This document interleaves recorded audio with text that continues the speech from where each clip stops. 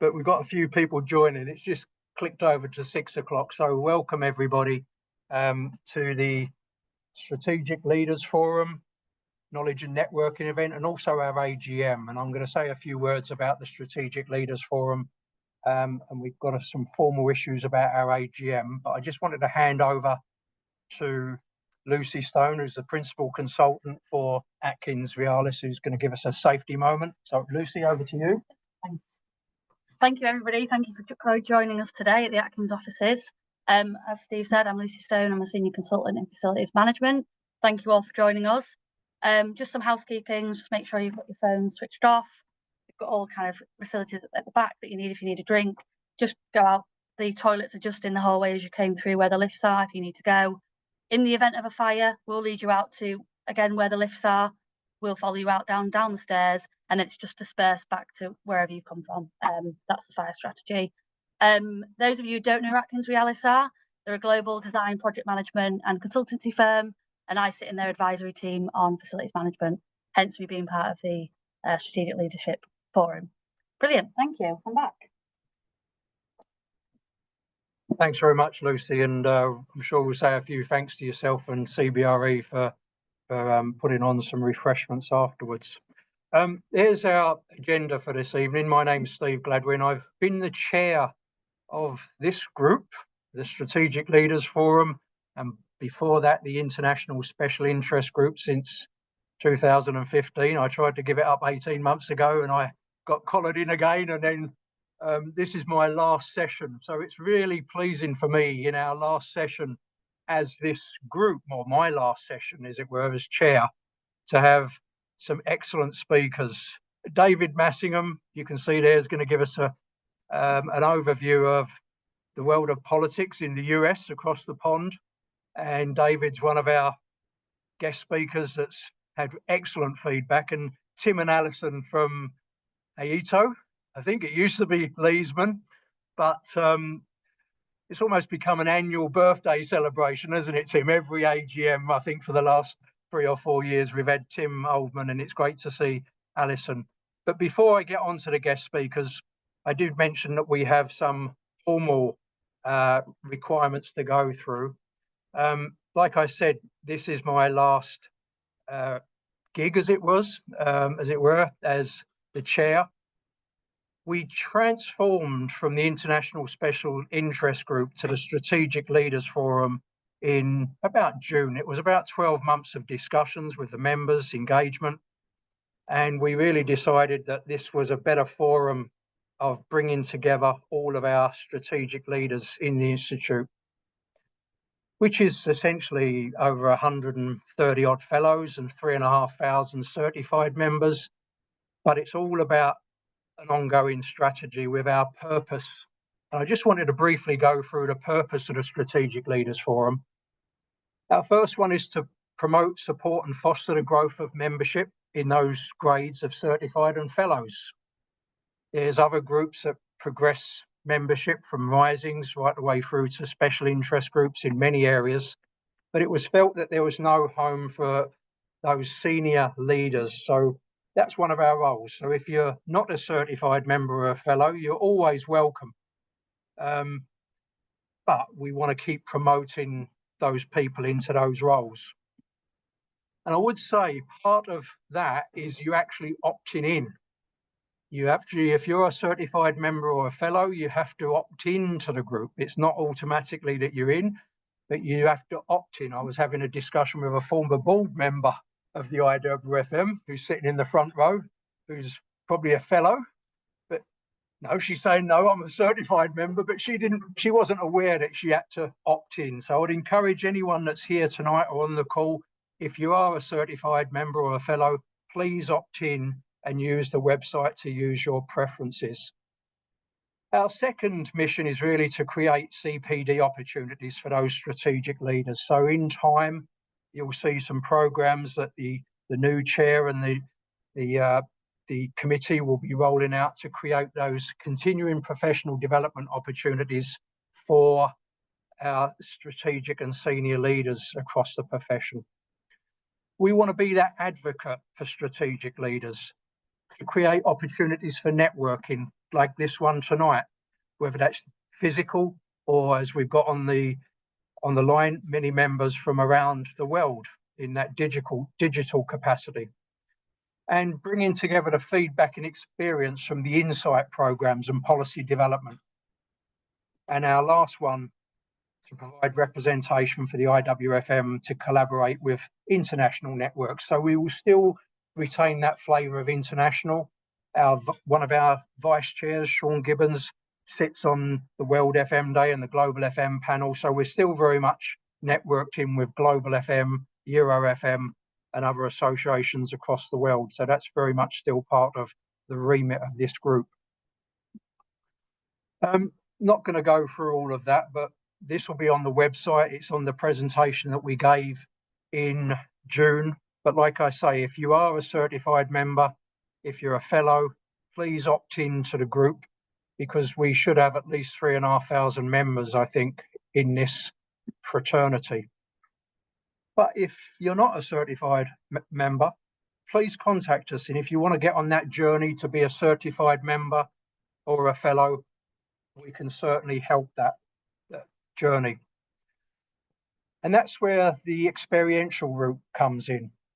Traditionally, if you was a member of the IWFM, you had to have a degree qualification in something related to the built environment, not just in FM, but it could be a degree in sustainability or construction, but a related level 6 qualification or an extended diploma in FM that I know that some of our colleagues in the audience, David over there from Xenon, people do lots of qualifications, whether it's through IWFM direct or whether it's Xenon or Quadrelect or other people. But that level 6 extended diploma was a way of getting your certified grading. But there's now the experiential route, and there is a great short little video on the website that Stephanie Welsh, our incoming chair, was very much part of a launch of that. So I would encourage you, if you are thinking about progressing your career, to either get the qualifications through the many providers, or also alternatively do that experiential route.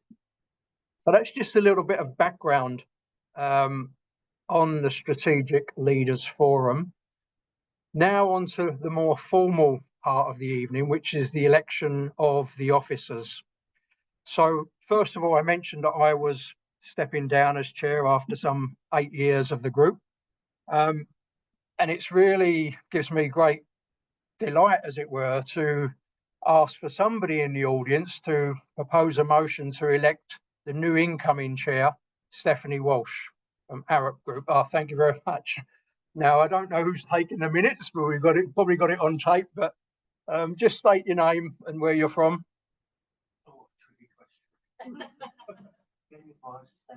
David Morris, I did mention Davis before, so David's proposing Stephanie. Can I get a seconder, please? Very good. Lucy and Pauline put her hand up, but you can come for the next motions. And I'll hand over to Stephanie now, because the incoming chair, it's only fitting that she puts her stamp of approval on the incoming committee. Some existing members like me and some new members. So, Steph, the floor is yours. Thank you. And thank you very much, Steve, for all the hard work that you have put in to help us get to the stage that we're at. And Steve's not going anywhere. He may say this is his last address, but we might get him back in. Maybe he's one of our expert panelists. Let's see. And so that takes us on to the formal election of our vice chairs, Sean Gibbons and Tim Stambridge. Can I have somebody to propose those, please? Thank you very much, Steve. Just for everybody else, that's Steve Gladwin that's proposed that. And to second it? Thank you very much, Pauline. Pauline, sorry, what's your surname? Thank you very much, Pauline Simpkins. And also formal election of the committee. Do I need to read all the names out? Fabulous, I'm very pleased to hear that. And could I have somebody to propose the formal committee? Yep. Thank you very much, Lucy. Lucy Stone, and to second that. Thank you very much, Paul Phillips, appreciated. And then we move on to the appointment of Paul Phillips as treasurer. Treasurer. I am correct there. Can I have somebody to propose that for me, please? Thank you very much, Lucy, and to second that. Thank you very much, Pauline. The secretary role is still outstanding, and we will formalise that one at a later date. So thank you. Welcome to everybody. It's so lovely to see so many of you here in person for an AGM, but I think that's because we've got some wonderful speakers waiting in the wings to come through. Thank you very much, Joanna and Lucy, for organising all of this. It's really very much appreciated. And I just welcome you all to have a lovely evening. I believe we've got a good 50 people online as well joining us, so you're all very welcome as well. Hopefully everybody can hear properly. And that leads me in to hand over to Paul.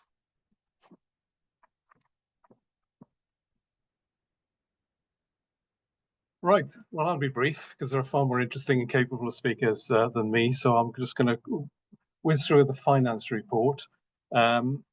So I've got just a few. I go down. Oops, sorry. Just the right arm. What have I done?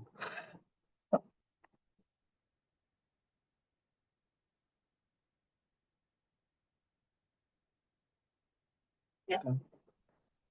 There we go. Which one do I have? Yeah. Great. I said it'd be brief. Okay. Just a few thank yous, really. To start with, obviously, thank you to Steve on behalf of the committee for all the hard work and effort that you've put in over the years, leading us in an extremely capable way, and in mentoring Steph into the new role as well, Steve, who've been an inspiration to us and to many others, and we're very grateful for the leadership that you've given to the committee over a long time. Thank you to Lucy for hosting today. We can't have these events without hosts, so we're always grateful to our hosts. And if you have an opportunity for us to have an event in a place that you're familiar with or able to get us into, then we'd be more than happy to speak to you. And please feel free to speak to any of us as committee members. Thanks to Steph for putting her hand up and stepping into the role. It's it's an exciting part of our journey as a new group, and it's an exciting opportunity for the Institute we trust in a new venture. So all the very best to Steph as well. Thank you for all our fellow committee members for the hard work that you put in to support our events and support things in the background. There's an awful lot that volunteers across the Institute do, which goes unsung, as lots of you in the room already know. So, just a huge thank you to volunteers generally for the efforts that everybody puts in. So part of my task over the last few weeks particularly has been drawing a line under the situation with the finance of the old ISIG, and then agree with the Institute what the opening balance would be for the new group. Encouragingly, we came to a conclusion that the amount of money that we have to spend at that stage was £5,305, which leads me on to another thank you, which is to the sponsors that we had over the years as an international special interest group. And I'll be very briefly speaking about the opportunities to become a sponsor and get involved with the new group. So year to date, expenses recognised for us as a group so far is largely around the launch event that we had back in June. So that gives us a current balance of £4,460, which we will be working with the Institute to push forward with a budget for activities for next year. So we've got lots of ideas that we want to be supporting next year, and that takes money and it takes sponsors to enable us to do that. So that's what we will be looking to do, which leads me on really finally to say there are opportunities for sponsors. So if you or an organisation that you know wants to be more directly involved with helping us to support these events and the opportunities and advantages that come from that, then please do feel free to speak to any of us as a committee. And thank you for your time. All right. Sorry, are there any questions? Any questions? Very happy. Good, thank you. Thank you very much, Bob. So we are going to move on to our guest speakers. We have Tim Oldman, co-founder of Aeto Strategy, accompanied by Alison English. In 2009, after an earlier career in design and strategy, Tim tripped over an idea to offer a standardised and wholly independent measure of workplace experience. A year later, he launched the Leesman Index and went on to build a renowned brand used by leading organisations globally, quickly amassing the largest workplace experience database of its kind. Leesman remains revered for its investigative rigour and cutting-edge academic research. In August 2002, Tim and Deputy CEO Alison stepped outside Leesman to co-found AATO, an employee experience focused data insights practice, specialising in helping clients use data to answer their toughest people and place questions and to redefine their workplace futures. Over to you both. Thank you very much. One minor correction. It definitely isn't Deputy CEO. Great, thank you for that. So we've got a bit of a double-hander to do here in terms of staying behind the podium to deliver this. So I'm going to do the front, Alison's going to do the data bit in the middle, and then I'll just try and conclude. So the introduction was pretty much everything we wanted to say here, so don't worry. Can everyone see you? You're good? Okay. You're good, okay. Like Leesman was a journey. Think of it as a project. Most of you in the room are old faces, recognize them from the previous events or other events that we've done of the briefings. So you know the journey, you know the proposition. But for anybody who's not familiar with it, what we did in 2009, 2010 was created a methodology to measure what you do, what we do, what anybody in the built environment does. And frankly, I was just trying to prove the value. That was all it was about. Like, what goes in and what comes out, and how do those two square off in terms of the experience an employee has based on how much the employer was spending, what you were doing, how good the roles, how the architecture performed. So these were the sort of four basic columns of the methodology: activities, physical features, service features, and then the impact, the output. How productive did people feel? How proud of they were of the setting? Part of that journey, another sort of a game changer, if you like, for the brand when we launched it, was that we weren't going to hoard that information that we collected. We were going to make as much of it as we possibly could freely available to anybody to consume. And in 15, when did Peggy join?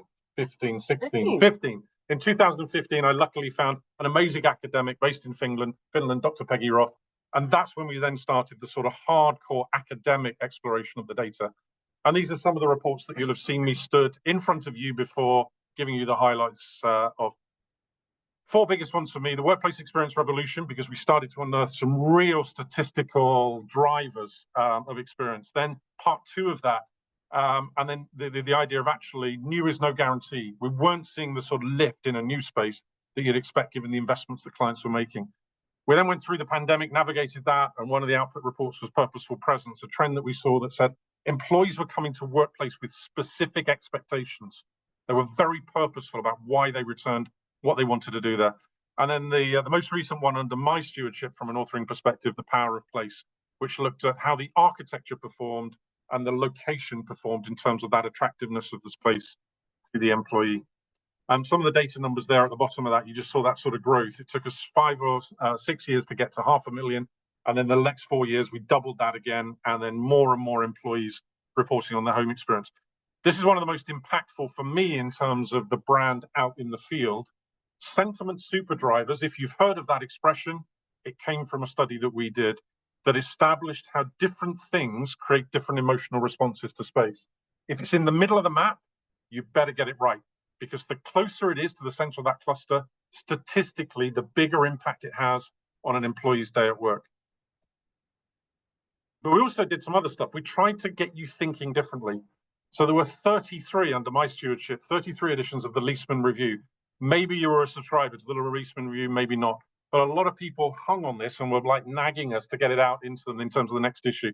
We got to interview people like the latest edition was the head of the FIA single seat racing, the guy who sets the rules for F1.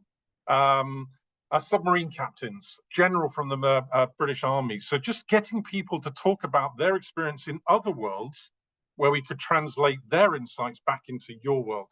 So that was the purpose of the Leesman Review. What we also found as we stewarded the pandemic was we found some pretty stark realities amongst the data. And perhaps the most stark of them all, and the one that is our tabloid headline still, is that the average home supports the average knowledge worker better than the average office. That's what the pandemic taught us about the stuff that you're trying to take pride of in delivering, that we were trying to justify the expense of investing in. Frankly, the average was not good enough anymore. It just didn't fulfill the employee expectation of an outstanding day at work. Homes were better at doing that than the vast majority of workplaces. It's really grim as a finding, but that's the reality. And this was a book we authored to try and help senior leaders navigate it. Because the other thing the pandemic gifted us was that suddenly CEOs and CFOs wanted us in the room, wanted you in the room to talk about stuff that we've been trying to push in the room for the decade before.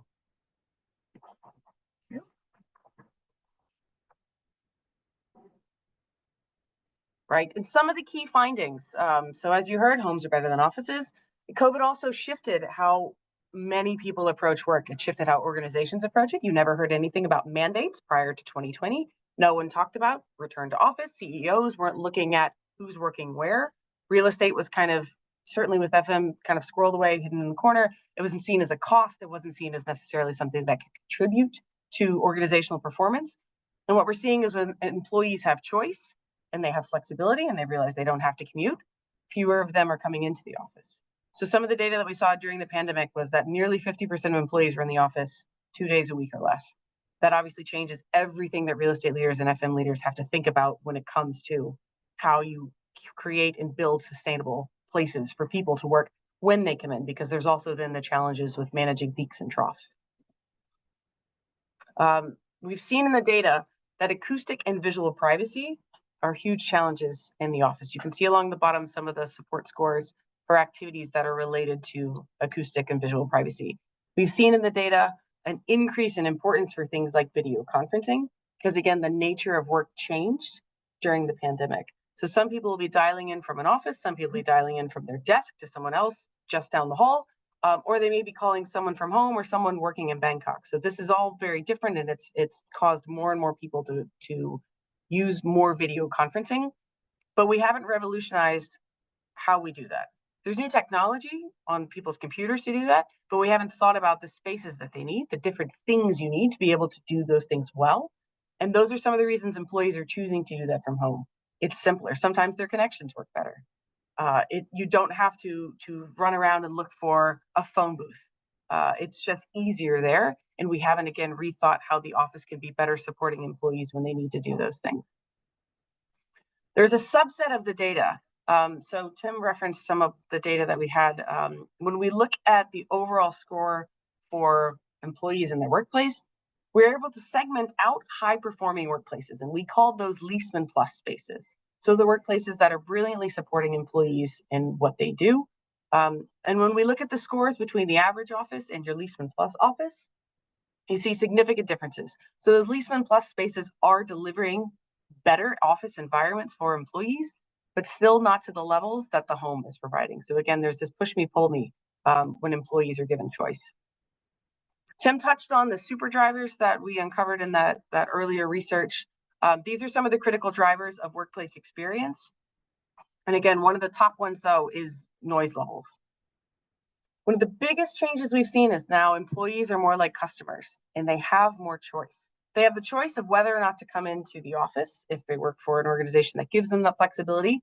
If they don't work for an organization that gives them that flexibility, they have the choice to vote with their feet and to leave. And employees have done that. It's one more factor to consider when employees are looking for jobs. And we've talked to several clients whose talent strategy has evolved in trying to offer more flexibility because they're trying to capture talent that is now demanding that. So it changes the dynamic of how employees work and where they want to work. But what we saw 10 years ago in the data is that noise is a huge productivity killer, and that hasn't changed. So again, we haven't evolved and kept up with the times. Employees still need that, and again, they have more choice now. The commute, which used to be a given for employees, now is again one of those factors. The cost of commuting is seen as something that on top of what they had to spend before, whereas before it was just assumed it was part of what you did. You weren't asking your employer to compensate you for your commute. You just took that into account as part of your cost of living. Same with your clothes. Your employers aren't buying your clothes. All of that was just seen as a cost of work, whereas now If you're working from home, those are add-ons. So again, the mentality for employees, for many employees, has shifted. But again, we're not approaching things very differently. Focused work. So again, going back to noise levels, focused work is directly contributing to how people feel about their productivity when it's supported well. All of the talk during the pandemic was that the office of the future is going to be all about collaboration. That hasn't manifested. No one's coming in and collaborating 8 hours and then going home. Most employees who come to the office for at least part of their day still need to do focused work, but they're struggling to do that, as you saw from some of the activity support scores earlier. We also know that the complexity of an employee's role determines what they need. So variety is the spice of life. It's also the spice of an employee's life in the office. Most people don't do very well coming in and sitting at a desk, doing their role there for 8 hours and then going home, especially when they could be doing the same thing at their home in a chair that they picked out that suits them. Yes. Oh, 5 minutes. Got it. Thanks. And a desk that they've procured with pictures of their weird cats or whatever they've got up there. It's their space. And then the last part on this is we've been polling senior real estate leaders from Leaseman and asking them over a course of years what is changing. And as of the poll earlier this year, the majority of them are still planning to reduce their footprints. So they want to do less with more. And there's going to be, because they're attempting to save costs, but there are costs associated with that. Given all of these variables, there's a heightened talk around neuro-inclusion and neurodiversity, more awareness around that. You got zero targets, etc. It's like a big ball of string, and the second you try and pull it to untangle it, it's not getting tangled. It's not getting untangled. It's actually getting more tangled, and more people have more responsibility, which is just adding to the challenge and the confusion. I'll hand it over to you to take us on. Yeah, so as the landscape gets more and more complex, almost on a daily basis, it seems, with AI certainly, and large language models in the news literally every day in terms of the advancement. There are three fundamental failure points that we find in most workplace programs, be that a real estate strategy, an FM strategy, or a design strategy. They pretty much come down to the similar three primary diagnostics. The first is a lack of executive alignment, right? The execs don't know why they want workplace, which was why that original book was called Why Workplace. Try asking your CEO or your CFO why you need a workplace. If they can't answer the question, forget everything downstream of that. It's pointless. The next one we find is that the designers have lost the craft of designing great space. There are so many design faults that we find that are pre-wired into workplace that make the employee experience second grade. Design has to step up, but you as clients buying design have also got to step up. You've got to realize that there are certain dimensional criteria for workplace that just seem to have been forgotten and eroded over time as design has gone off on its little experimentational journey. Employees aren't lab rats in a designer's experiment. You've got to get better at the services you're procuring. So one of the things we're doing there is auditing space pre-built. And then the last one, which is firmly in the IWFM's realm, is the operational activation. Ordinary, compliant is no longer good enough. Your employees expect better. They are customers of your service. They expect to be delighted every time they come to the workplace. They expect to be surprised by something that gives them a lift of joy in that day. It's getting harder, but to Alison's point, the spaces are getting smaller. Do not let the budgets be eroded just because the real estate footprint has gone down. Hold on to your operational budgets. Push back on lowest cost wins. That is the destruction of an industry. I've been talking to you about this every time I've stood on this podium, but I don't see any evidence of the industry pushing back to say we need to heighten the experience to get the employees in. So what's the secret sauce and what's your contribution to that? How do you deliver a little bit of fairy dust every time the employee walks across the threshold because they've come and they've chosen to come to the workplace? And you can try asking your execs some questions. What does the 21-year-old version of yourself want to be saying to their mum and dad when they've finished their first day at work post-graduation? Write it on a Post-it note and hold the organization to account for delivering that type of objective. Now, what happens as you go up this tree is it gets more and more complicated. We haven't got time to dwell on this slide, but what you'll see at the top is it gets harder and harder to measure the benefits of the stuff I'm talking about. But the employee loyalty is what you'll see as a result. Discretionary effort, lower staff turnover, higher velocity of hiring and onboarding new employees. So you need to think about the stuff at the top is where your organization see value in the place. not this operational ordinary stuff at the bottom. Minimum viable, safe and secure, forget it. Everybody can do that. You've got to up your game and start focusing on this hospitality-driven experience at the top of the tree. And forget the old metrics. They're dead. Let's bury them together. Cost per square foot operationally, persons per square foot densities. It was always rubbish. Let's properly throw it away now. Meeting room utilization. If you've got a camera on one wall and you've got 6 seats around the table, it's only ever a 3-person room in a video first communication style world that we live in. Don't be auditing that space and say it's only at 20% utilization, because your CFO will tell you to half the size of it. It doesn't need halving. It needs designing for video first communication. So we have to develop more advanced metrics that suit the new operating system. And don't get me started on award programs, right? So AITO actually is a word. It's a Malaysian dialectal word, which means that's it. It's like it's a slang phrase that they say to mean that's it. And that's what we're here to find, the that's it moments, because there's normally one root cause where everything goes wrong from there. Be it the CFO or the CEO not being able to tell you why they want a workplace, to a procurement program that was designed to be a self-reducing program where at best you could be breaking even at the end of year 3. Okay, so that's what we're trying to do for the market now. And I think that's the last slide. There you go. Any questions? Quickly, I think we've got 5 minutes of questions for anybody who's brave enough to challenge the data. So that's great news design. In my world, how does that translate with obviously in the City of London, lots of old business, old buildings that we've got to redefine? That can sometimes be a challenge. How would you expect us to where do we start with that? Can you repeat the question? Yeah, so the question relates to older buildings, where heritage buildings, much more complicated to regenerate, refurbish, get up to that standard.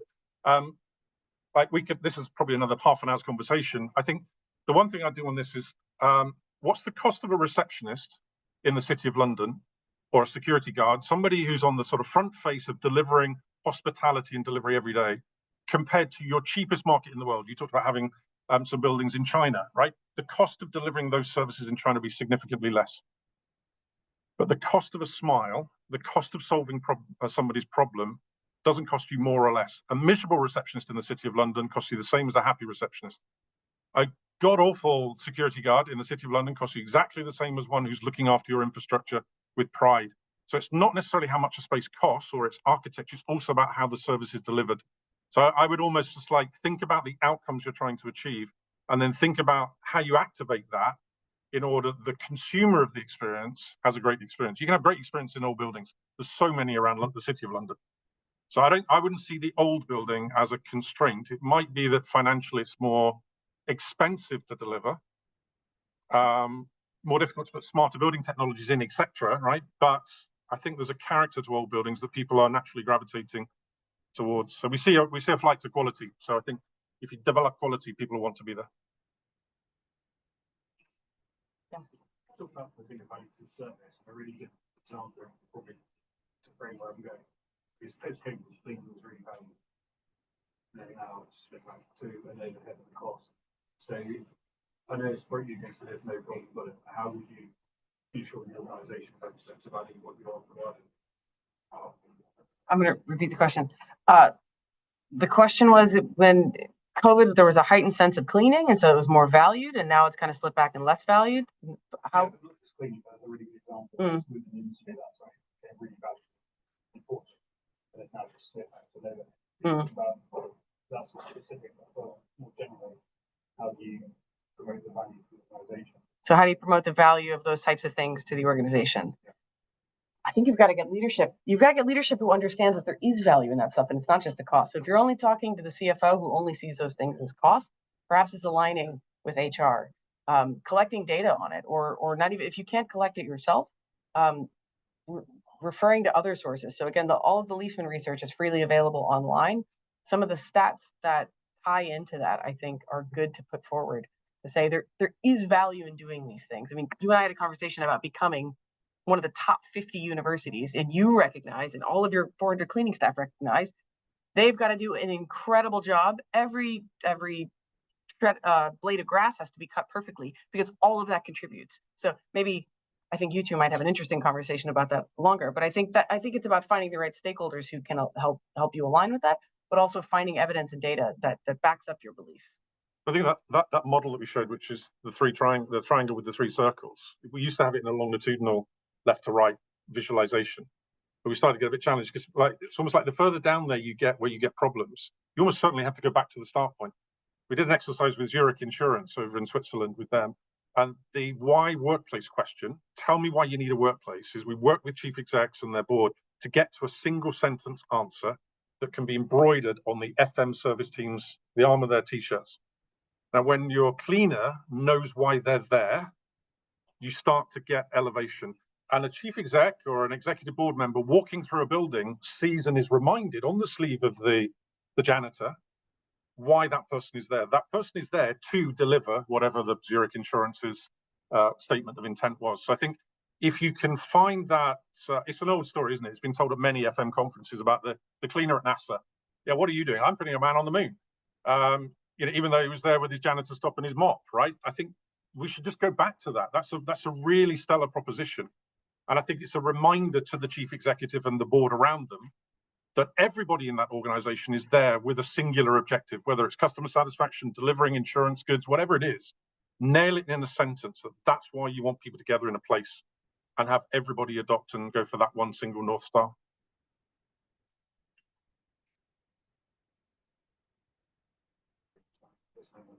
No? Cool. Well, we're not rushing off afterwards, so if you've got any questions, more than happy to take them. Thank you. Oh, that's your water. Thank you both very much, and I really look forward to seeing how that develops and how that takes shape with the right questions being asked. So next up is David Massingham. He's a seasoned guest speaker with the ISIG, and he's going to take us through the recent UK and USA political activities. So I'm sure that's going to be fascinating. David's a political consultant and analyst with over 30 years experience, working both inside government and in the private sector, advising clients in both public and private sectors. He holds a BA in politics at the University of Warwick, and he also holds a master's in philosophy in urban design and regional planning at Edinburgh. After a short period working as a town planner, he was appointed as a role as strategic advisor to the chief executive of an inner London borough council, where he led on strategies to align council and other public services to address issues of deep-seated deprivation. Subsequently, he moved into an advisory role in central government, working closely with ministers across a number of departments, including environment, transport, and the Cabinet Office. During the time, his work focused increasingly on resolving the political complexities of major investment programmes, especially in the energy, transport, education, and defence sectors. He left government service after around 10 years and became a partner in an independent political consultancy, Politics International, which worked with leading companies and other organisations with complex relationships with government, especially in regulatory and procurement contexts. Subsequent to the sale of PI in 2012 to a leading international communications brand, David has operated in a freelance capacity, working with a small number of clients, primarily in the energy and regeneration sectors. At university, his favourite political theorist was Machiavelli. 30 years of practice in the art of politics have convinced him that this was a prescient choice. So over to David. That's quite the introduction, and I'm sure you know that was very much down to Joanna. So thank you very much for joining us, David. Thank you very much. Let me pop that to your first slide. Yeah, if I can work out what I'm doing. It's the So your speakers there and that one. yeah, just that to move on. Okay, fine. It's very rare. Actually, I'll start by saying it's quite daunting to follow what you've just been hearing about measuring performance and value. Because imagine if we applied that to politicians, where would we be? Anyway, it's not very often I disagree with Tony Blair, but I think recent events show that the the distant fog is actually a great morass that is on top of us. And it's not just occasionally irritating, I think it's probably permanently irritating. So if you look back, don't look back in anger. I hope there hasn't been any dynamic pricing on this event, but this is what, 5 prime ministers in just about as many years. An old colleague said, here we are dealing with, putting him in order, tetchy, dopey, sleazy, petty, and slimy. If they'd had another 18 months, we'd have got the full set of 7. But we've had prime ministers who, frankly, in those 30 years that I've been operating in this field, rank as the worst of the lot. And that's out of 9 prime ministers that I've worked with. Sorry, I'm too far. And what's happened with 14 years of those prime ministers has resulted in what a lot of people are saying is broken Britain. Public services that are on their knees. That's junior doctors and criminal lawyers. If you look at both of those sectors, hospitals crumbling, waiting lists at record levels, difficulties in getting GP appointments. Criminal law, prisons crumbling, prisons overcrowded, trials for serious crimes being scheduled now to be heard in 2026 and 2027. So things physically and feel broken. And if you look at any area of public services, it's a very similar pattern. How not to maintain voter confidence? Well, you won't be able to read that because it's very tiny. It's basically just a list that was compiled by some campaigners, which basically kind of lists all the significant scandals that happened between 2010 and 2024. And as you can see, that the rate and the intensity of scandals got greater and greater and greater as time went on. You had things like Partygate, you had Pincher Gate, you had the chap who Boris Johnson famously said is Pincher by name, Pincher by nature. All of these kind of things added to the impression of dissatisfaction, because on one hand, the services that people expected government to provide day to day, really basic stuff, wasn't happening. On the other hand, they saw a party and a government that seemed to be out of control. And that led to a huge amount of anger, which led to this summer. Poor old Rishi Sunak, his final kind of humiliating kind of moment of making his speech to announce the general election in an absolute downpour. Why somebody somewhere didn't advise him to do it in the £2 million communications centre that they built in the basement of Downing Street, and it was never actually used live, although it was used, of course, for the mock broadcast that poor old Allegra Stratton got involved in. And then the triumph, in inverted commas, of Keir Starmer's Labour at the election. And so we're going through a period of massive change, and it's a huge job, really, really difficult thing to do, coming into power, of being out of power for 14 years, to hit the ground running, as people say, or as Liz Truss said when she was campaigning. She said she was going to just hit the ground. And we have seen in the first few months of the Labour government some quite significant stumbles. But if you think back, and I think back to my experiences of it, the Blair government, when it came in after being out of power for whatever it was, 12, 13 years, got off to a pretty rocky start. Thatcher got off to a pretty rocky start when she came in 1979. That looked very seriously as though she could lose the subsequent election. So it's nothing new for a new government to have difficulties. So what is this new government about? Well, it's Blair said it. Education, education, education. Starmer says growth, growth, growth. Actually, they're the same thing. It's about investing in people and services and infrastructure to drive economic growth, because it's only economic growth that can drive the increase in state revenues that you need to actually sustain improvements in services. So the first big thing that they did, of course, was this international investment summit, where they kind of got pledges for 63 billion of new investment into the country. Now, not all of that was new. A lot of it had been pre-announced and was, but governments always do this. They kind of package stuff up and represent it. But the intent was there. What it was designed to do is to say, this is a different approach, different government that is going to spend to deliver the services that we need. And this was a message that really hadn't come through in the election. If you think back to what the debate during the election campaign was kind of very much about not scaring the voters. But the actions tell a very different story. And what we're seeing is a pretty radical new approach to investment.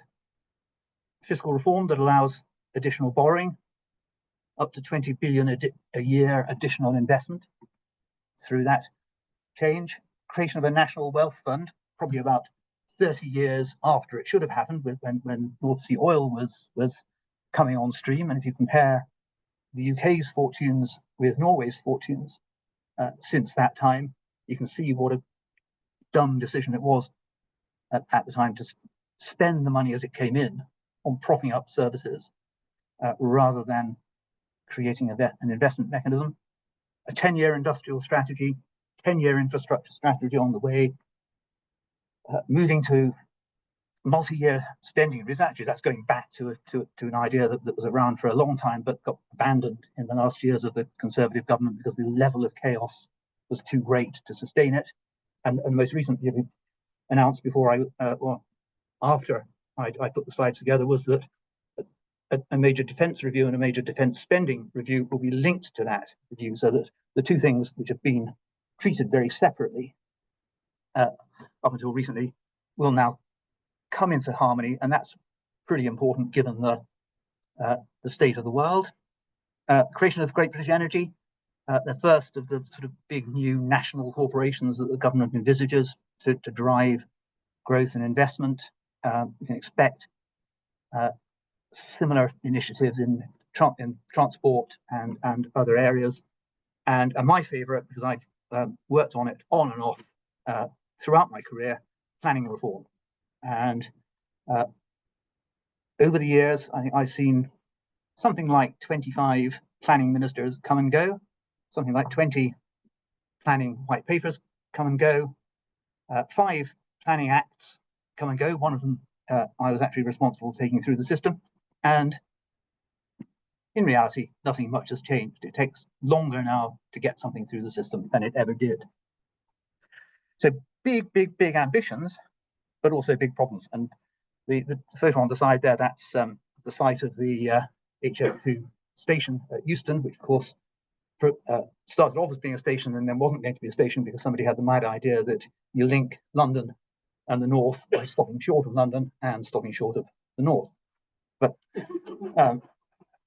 yeah, that is kind of probably the next big decision that will be coming out, is that station will go ahead. And all of that tells us something quite fundamental about the nature of this government, and something that was sort of fairly obvious to people who watched the evolution of the Starmer project, but really went under people's notice, I suppose. But this is all about rebalancing the books, rebalancing in 2 ways. First of all, actually revising the view of what the role of the state is, and second, taking a much more explicit redistributive approach. So if you look at the budget just a couple of weeks ago, 2 key objectives there. First of all, raising funds for investment, and so things like, I'll come to that in a minute, and then also beginning this process of redistribution. So tax increases that were announced will underpin increased public spending by about 70 billion a year by 2028-29, compared with the plans inherited from the Conservatives. That's a massive shift of emphasis, increases the size of the state to something like 44% of GDP. And that's a recognition of the need to move to more kind of European approaches, or more European levels of public spending and public investment, and also a higher tax approach. So it's getting away from the view which has been predominant really, and indeed under the Blair government as much as the Tories, that you could have US style taxation but European style services in this country. It just cannot be done. So there's a shift of emphasis and a new reality, but also a big sort of shift in targeting the tax burden to those with the broadest shoulders.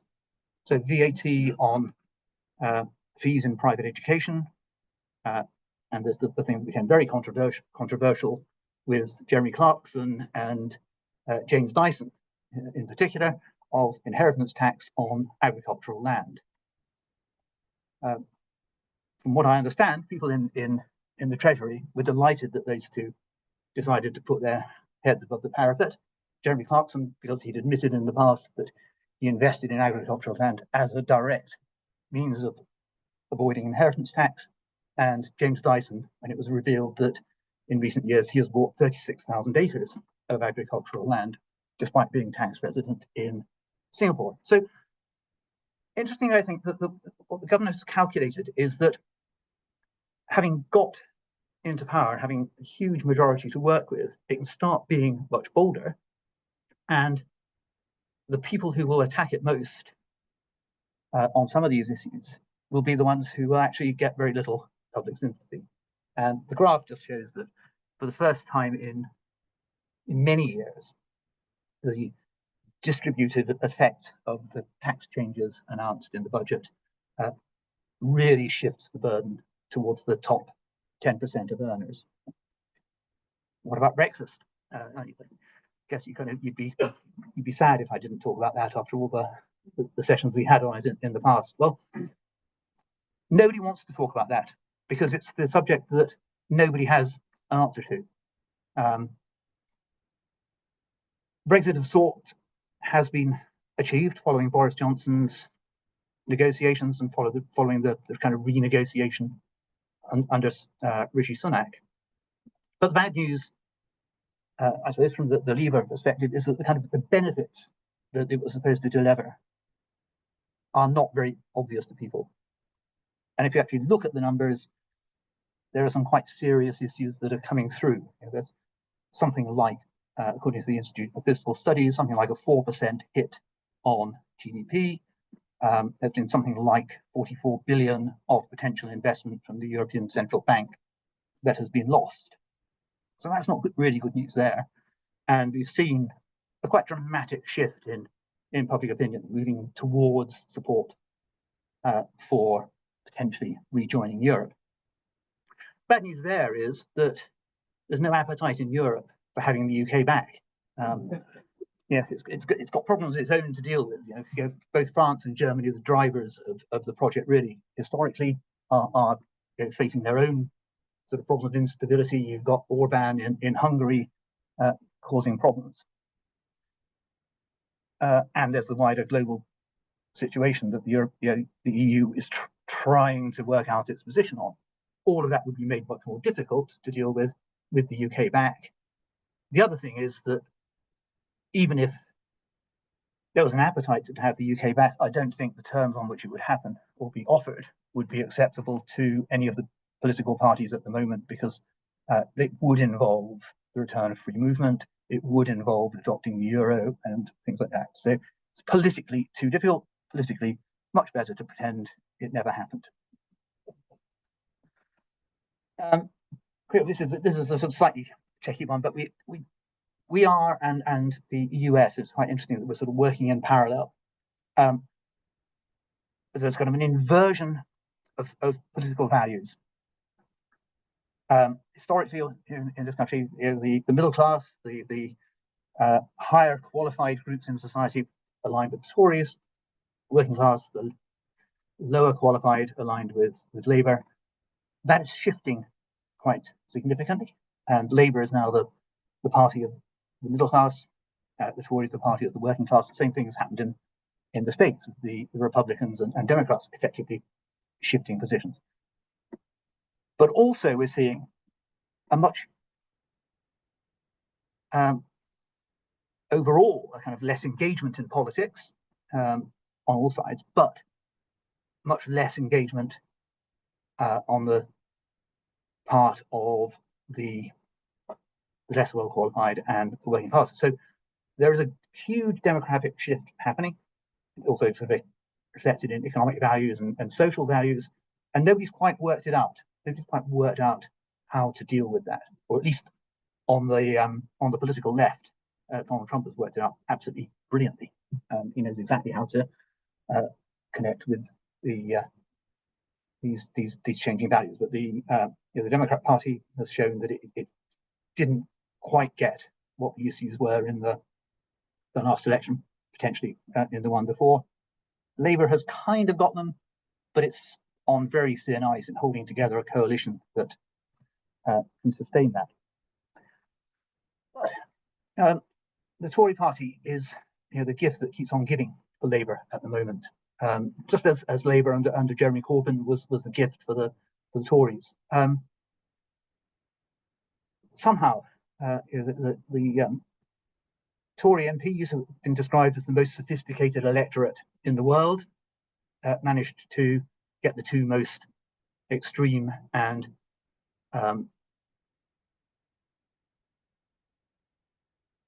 challenging, I suppose is the right word, into the final two, and then at the last minute, I suppose the Tory party membership opted for the least or the less challenging of those two. But don't forget that Kemi Badenoch as leader of the Tory party, that's elected on the back of a party with, we now know, just 130,000 members, down from over 2 million in the 1950s. And she won it with about a third of the vote, and with the support of about a third of her MPs. There's a thought that the Conservatives are going to unite and find a route through this anytime soon is for the fairies, I think. And then the other thing, electoral fragmentation. Historically, we had a two-party system. We now have certainly a four-party and arguably a five-party system. Labour, Conservative, Reform, the Lib Dems, the Greens in England, and the SNP up in Scotland. So you're getting to the stage where in a lot of constituencies, you probably don't need much more than 20 or 25% of the vote to win, if you can split the rest of the vote. And that's where Labour at the moment are really focusing, is on vote efficiency. So they've given up the sort of piling up huge numbers of votes in constituencies that they're already winning, are focusing on driving two things. One is driving a proportion of votes into their pot, if you like, within winnable constituencies, but also in actually driving other voters into a fragmented pot. So this time around, they won 63%, I think it is, of seats on 35% of votes. I think, in all probability, whoever wins the next election will be down to nearer 30% of the vote share. 2029, when it comes around, and this is important because all of that stuff that I was talking about, the objectives of the Labour government, none of that can be delivered within a 5-year term. It has to be a 10-year project to have any chance of success and any chance of being sustainable. So success, if you were measuring success, it would be purely winning that election. And there are going to be two questions. And again, the US showed this very clearly just last week. Yeah. Have growth and productivity increased, and do people feel better off? And if the answers to those are yes, Labour wins pretty comfortably, I think. And if the answers are no or not clear, I think Labour still wins, simply because it's got seats in the bag. Like it's got enough. It can afford to lose quite a lot of seats before it loses its majority, and it won't perform as badly as the Conservatives performed kind of post 2016. So it's not going to kind of have that kind of implosion. So I think, and I'll stick my neck out a bit, I think we will see a second term of the Labour government. And at that stage, we will see something that is much, much more radical even than we're seeing now. And that will be much more focused on, I think by that stage, they will think that the foundations have been fixed, and that sort of mantra that Starmer keeps on coming out with, and the investment is coming. So what they will then be looking at is reforming the state and reforming its institutions. So we can look at voting reform. We could look at pushing the devolution agenda into give more powers to Scotland, Wales, and Northern Ireland, but also to the regions and so on. So I think, if that comes to pass, the UK that we see in the 2030s will not look very much like the UK that we currently have. But Harold Macmillan, all of this stuff is subject to events, deboy events, and we have Ukraine, Gaza, conflicts that just a handful of years ago were not predicted, and the scale of them and their implications weren't predicted. We still can't see exactly how that's going to end, but we find ourselves potentially on the brink of major war. And then it's all change again, isn't it? So Trump wins America, much to the shock of much of the media, but probably not to people who've been following events very closely. But I think from the terms, in terms of the agenda that Starmer has, I think this kind of throws up three real challenges. First of all, the climate crisis. I think it's pretty clear that Trump will pull out of the Paris Accords, that he will lift the moratorium on fracking in the United States, and he'll open up the oil fields to the north. And the kind of messages that will send globally about the battle against climate change will put a lot of other people off making the investments that they need to make. So, Europe and the UK are likely to find themselves increasingly out of step with the direction in which the rest of the world is taking on the climate crisis, despite the warnings that come from the UN. I think the fact that so many global leaders aren't attending this year's COP29 is an indication of that starting to happen already. Changing balance of power. It's pretty unclear. It's quite hard. I'm not going to try and second guess Donald Trump's foreign policy for the whole of his term, but I think the initial impetus will be to try to close down the war in Ukraine. That'll be pressure on Ukraine to make concessions to Russia, and then his focus will shift, be much more interested in the Chinese and the Iranian dimension. Again, a sort of danger for Europe if America goes down that route, potentially pulls back from NATO. Is Europe capable of stepping in?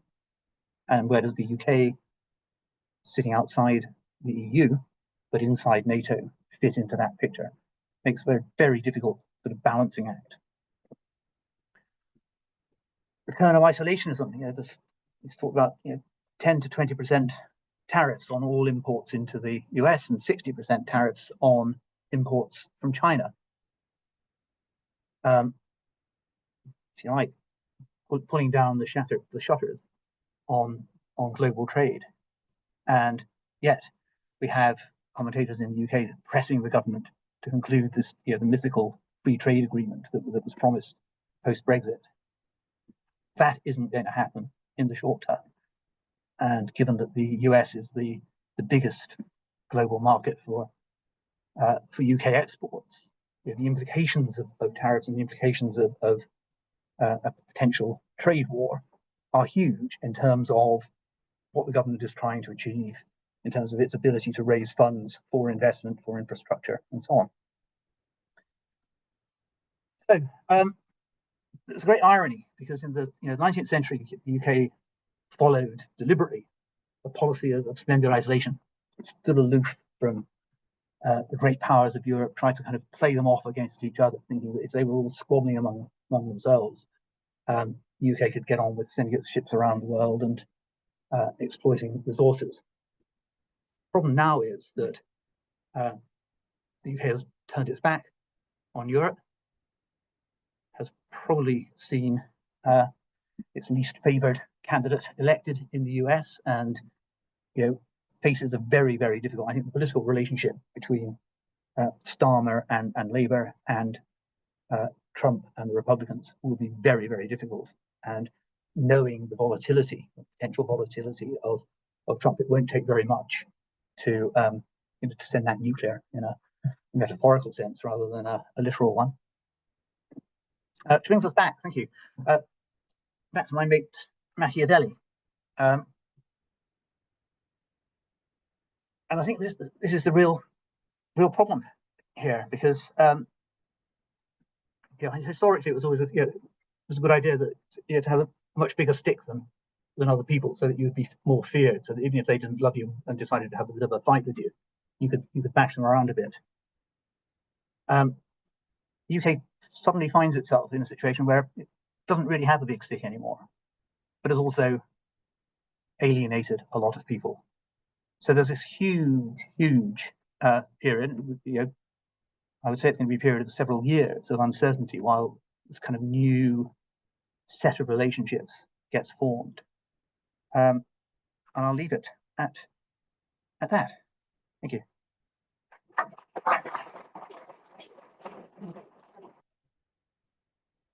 Thank you very much, David. Are there any questions for David? Yeah, I have a question that links what you were talking about to what Tim was talking about, which is about the transport infrastructure and the commute. We know that people are saying now that the workplace is difficult to make it feel like it's worth the commute. And certainly for me, in the area that I live, my commute has collapsed completely from being an award-winning railway line. So you can hardly get to London. It's really hit and miss. It's really impacting business of people that live in the area. And I know that this new government have talked about maybe nationalising rail. But can you tell us a bit more about what might happen around that? Because it does have an impact on getting people to come into offices, doesn't it, if they can't face getting a train first? Yes. David, can you summarise the question? I can. So yeah. So the question is really, I suppose, about linking the two presentations that we've had and the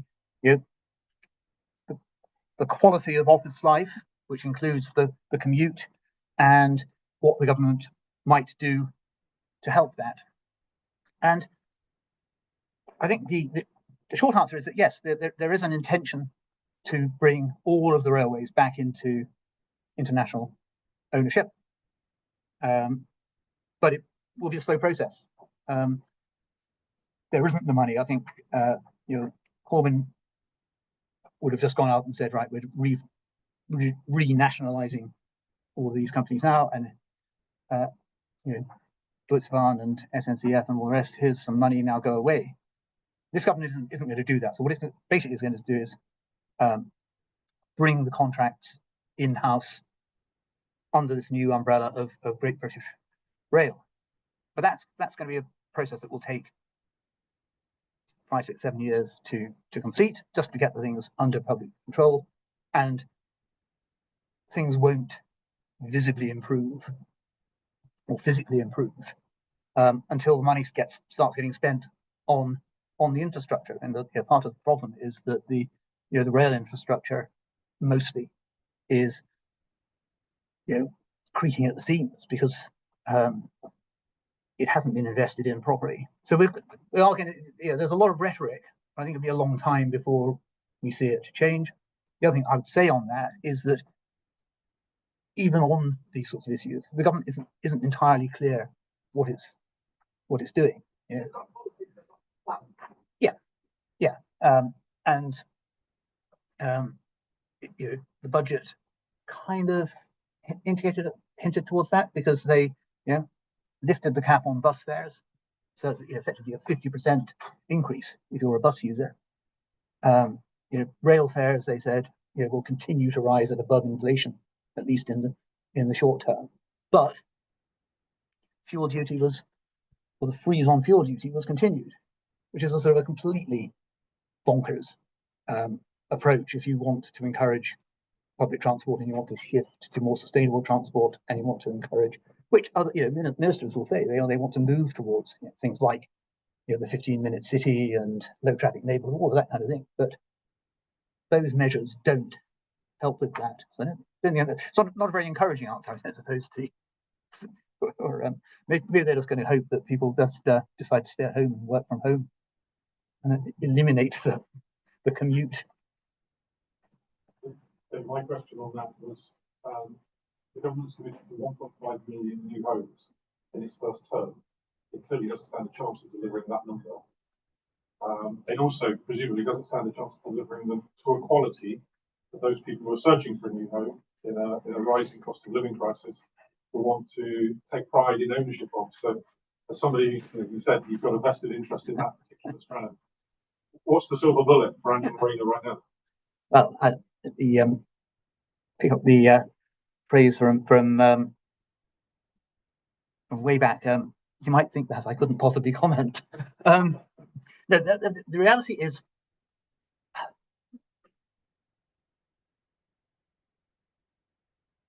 the 1.5 million always was aspirational. All governments always say these kind of things. It basically comes down to 300,000 units a year, which is the target that the Conservatives had, is the target that Blair had, was what was being delivered in the 1950s and the 1960s and into the 1970s, when it was mostly driven by municipal investment. What will change?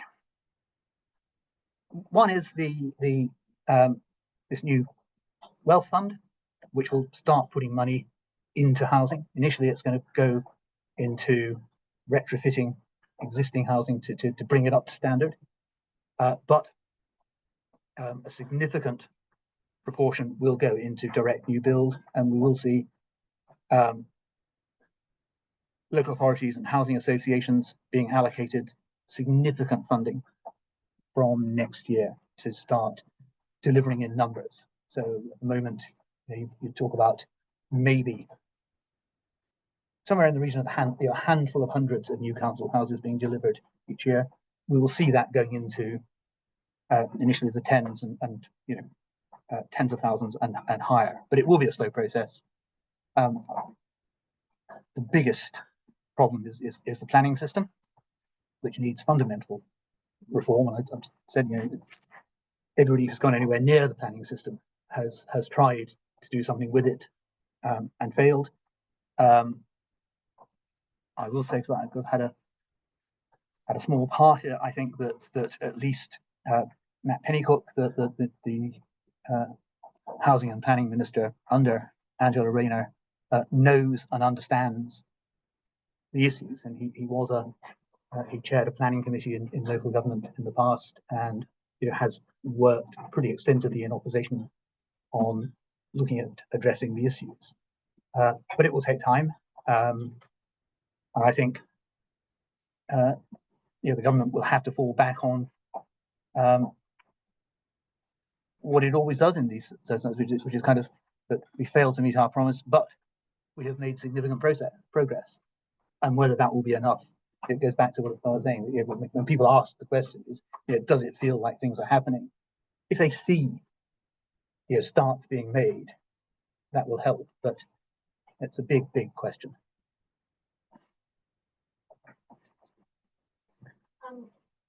Provided he doesn't get assassinated, and with a bit of tweaking of the constitution, is there any chance that Trump could have a third term? So the question is, short of assassination and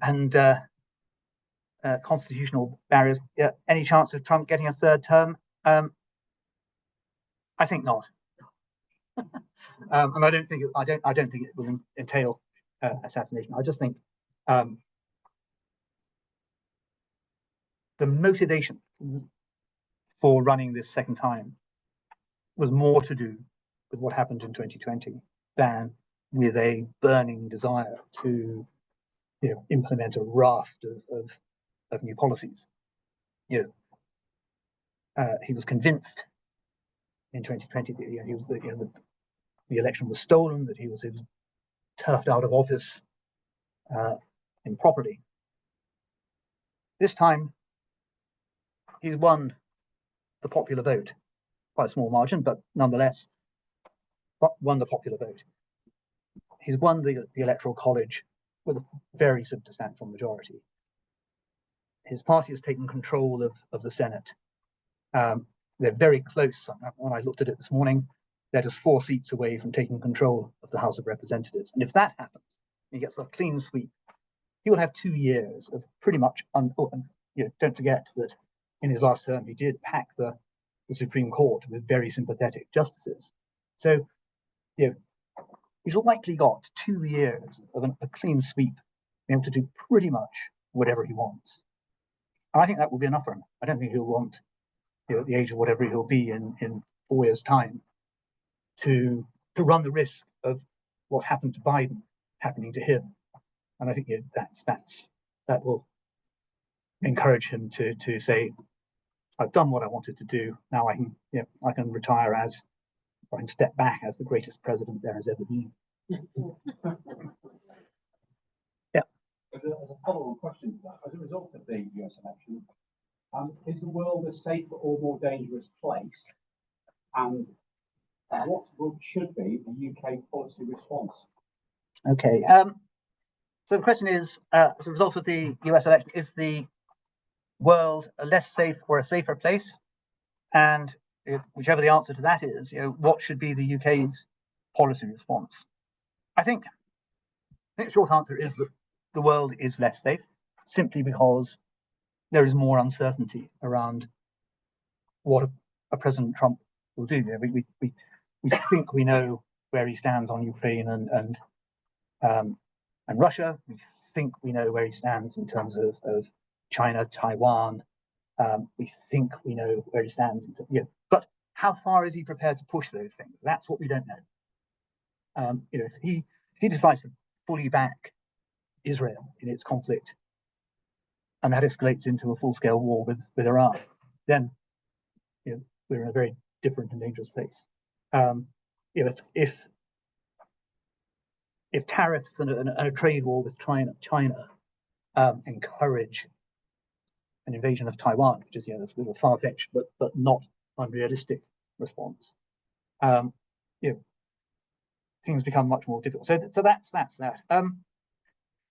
What should be the UK's policy response? I think that's the difficulty. There is really not very much the UK can do about it. It is not in a position. And if you saw the chief of the defence staff on the television or read his article over the weekend, you're basically saying that even with a pledge to start spending 2.5% of GDP on defence, it will be 10 years before the UK's armed forces are in a position to fight a sustained conflict. So, as a standalone entity, the UK is pretty weak. Diplomatically, I think we're pretty isolated. At the moment, we don't seem to have very many friends around the world. So I think there's not much that we can do that would have a fundamental impact on things. I think the only thing that the UK can sensibly do, one is try and build bridges to the Trump administration as quickly as it possibly can. And I think the suggestion that Peter Mandelson might be brought back to do that is one way that could be done. I think he's a Machiavellian enough operator and therefore much admired by me, to be able to pull off developing better relations with the Trump administration. I think a similar job needs to be done with Europe, and I think there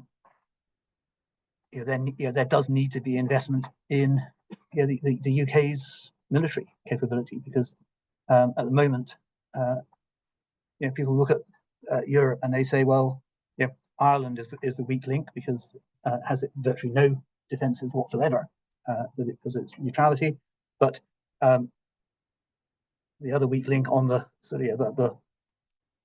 western flank of Europe then becomes the UK, and if the UK is unable to defend itself effectively, who knows what adventures that might encourage malign operators to adopt. It's all a bit gloomy. I'm sure there must be there must be a question that will let me say something really, really positive. HS2 is coming to Houston. One thing is, the Tories had a long road, and probably one of the problems was the opposition was so inept. We're possibly going flipside now, where there's a danger of a very long run with the opposition. Yeah. What can be done to get back to maybe conviction politicians like that Grim Smith era? Yeah, well, I think, you're right. My view is that allowing governments to effectively to run and run and run is a disaster. It happened with the Thatcher government, which towards the end kind of completely lost its way, and the Major government, same with the Blair government, and then the same with the Tories. So we repeat this cycle, every 10 to 15 years. Would a sitting government go as far as to legislate to say no party could have more than 2 terms, or no incumbent could have more than 2 terms? Reflecting the American situation, the French situation, the situation in many parts of the world. I very much doubt it because of self-interest. I think, straight up, I actually think voting reform would be the answer to that. Bringing a kind of properly proportional method of electing governments. And yes, you would be forced into a position of kind of permanent coalition, but I think you would have quite frequently changing coalitions. And you would also have a much stronger voice for the smaller parties, who would be a kind of restraining influence on the big parties. And it would be a mistake to look back to 2010 and say that, look at what happened to 2015, and say, look at what happened to the Lib Dems in that election because they went into coalition with the Tories. What happened to them was because the voting system allowed the Tories to turn all their guns on the Lib Dems in the 2015 election and decapitate them. Actually, what happens to small parties more often than not in proportional representation systems and kind of coalition-dominated systems is that they don't necessarily thrive, but they certainly survive, and they keep coming round in cycles when the bigger parties need them. A good example which I will use is Ireland, which you've got 2 major parties that tend to kind of swap being in government between them, with support from the Greens, from Labour, from the Social Democrats, and none of those parties ever get to have more than 5, 6, 7, 8 seats.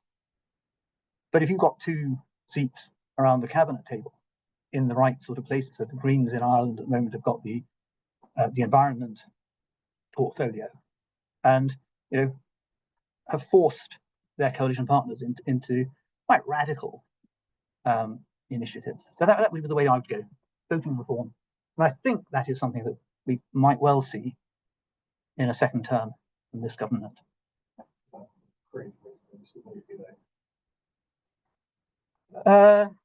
Is it any more unstable than what we've had in the last few years? Yeah, I think. I mean, people always look at and say, yeah, look at what happened in Italy and how they changed government every 7 months for donkey's years. But actually, in more recent times, that has stabilized. Most countries manage to be pretty stable. Belgium's an odd example, of course, which doesn't have stable government. It goes for quite long periods with no government at all. There's not one. There's one period when they went for 2 years with no government in office because they couldn't agree who would be in the coalition. But it didn't actually destabilize the country.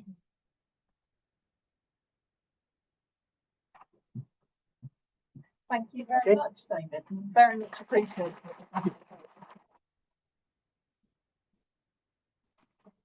I'm sure that the conversation will continue over some drinks, so we will hand over to that very shortly. I just wanted to give once again special thanks to CBRE, Houston Hawkers, Atkins Real, Lucy. Thank you very much for all of the hard work you've put in. To David and both Tim and Alison, thank you very much, and please do stay around for some more questions, please. And also I'd like to give special thanks to Joanna and Paul. They've both been working with firstly the ISIG and then the Strategic Leaders Forum for a number of years. I'm not going to say how many. And I just wanted to mention that Joanna is stepping down, and a very important point, she is not retiring. I've no idea where this rumour has come from. She is most definitely not retiring. She's just stepping down from the Strategic Leaders Forum after many years of dedicated hard work and support throughout. And I'm just going to hand over to Steve for one final thanks to Paul, please. Well, thanks very much. I've got two thank yous, Paul, and all of your hard work and friendship and loyalty to the ISIG and then Strategic Leaders Forum. I've got a little gift here for you.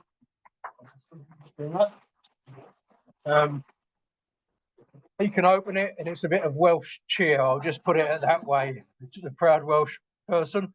And Lucy, a little thank you for all of your work, what you've done. So, thank you very much. And I think you're going to give some gifts to our speakers as well. Yeah, thank you, Steve. I wasn't sure where I could go in the floor, so just thank you to both David and thank you very much. Thank you for your time. Thank you for the support. Thank you very much appreciated. So I will now hand over to so become an IWFM mentor. It's up there. Unfortunately, not in the room, but it will be shortly. So if anybody is interested in becoming an IWFM mentor, then please do go to the website. We will have a QR code up on here shortly for people to scan. And also there will be the experimental route. This has been recorded as well. So all of these QR codes, links to IWFM are all available for everybody to look at. There are some upcoming courses, environmental sustainability skills for facilities managers, which is the 25th to 26th of November, and that's virtual training, and contract management, commercial models, KPIs and SLAs for the 27th and 28th of November. Also Building Safety Act, what FMs need to do and know, and that is the 2nd of December, and Pathways to Net Zero for facilities managers for the 9th and 10th of December. And a reminder to check your preferences to make sure that you are marked down as a Strategic Leaders Forum. So to go into your IWFM, log into my IWFM contact preferences, and then scroll down to the community and make sure that you tick us. And the CPD number will be up very shortly. And please come and join us for some drinks and nibbles. Thank you very much for everybody that's joined us and for all of the committee members that have attended as well. Thank you.